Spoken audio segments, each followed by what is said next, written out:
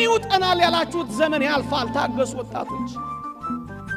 ይሄ የእግዚአብሔር ቃል ስለሆነ ነው። እኔ መተማመኛ መሰጣችሁ ኢንሹራንስ ካምፓኒ የለኝ። እግዚአብሔር ግን ዋስትናችን፣ የትላንትናው ሕይወት መተማመኛችን። ከትላንት አልፋችሁ እዚህ ደርሳችሁ የለም።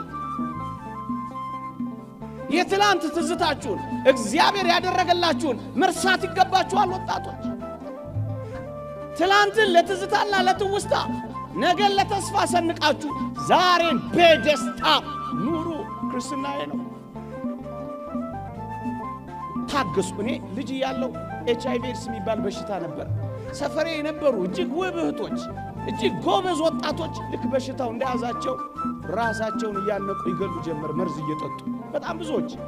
ግን ይገርማችኋል ጥቂት 1-2 ዓመት ካለፈ በኋላ ይሄ ኃይለኛ የተባለው በሽታ መድከም ጀመረ። በእርግጠኝነት አሁን በሽታው ከሰውነታቸው የወጣ ሰዎች ያውቃል። የማራዘሚያ መድኃኒት እየወሰዱ ከብደው ወልደው ኩለው ድረው የሚኖሩ ሰዎች አሉ። ቀን ማልፍ መስሏቸው ግን ራሳቸውን አሳልፉ።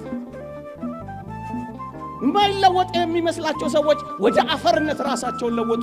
ታገሱ ወጣቶች፣ አትቸኩሉ። ለእግዚአብሔርም ለቀንም እድል ስጡ። ራስን ማጥፋት በሱስ በለው በተለያየ ነገር በለው ራስን ማጥፋት የተወደድክ ክርስቲያን ሆይ የሚያጠፋው አንተንና ህልውናህን ነው እንጂ ችግርህን አጥፍቶ አያውቅም። ጎበዝ ኮንክ ክርስቲያን ኮንክ በችግር ላይ በጸሎት ተነሳ፣ በተጋድሎ በርታ፣ በምስጢራት ቤተክርስቲያን ተሳትፎ ጠንክር እንጂ ችግርህን ታስወግደዋለህ። ራስህን ግን አታስወግደው።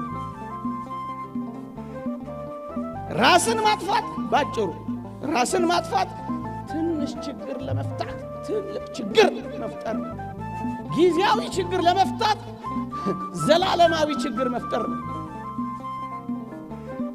በጣም ቀላል ችግር ለመፍታት የተወሳሰበ ችግር መፍታት ነው። ሰው በምንጨቃ ይነሳ፣ ከሞትክ በኋላ ይነሳል በምንጨቃ።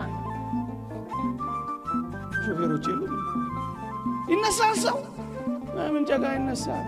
በቃ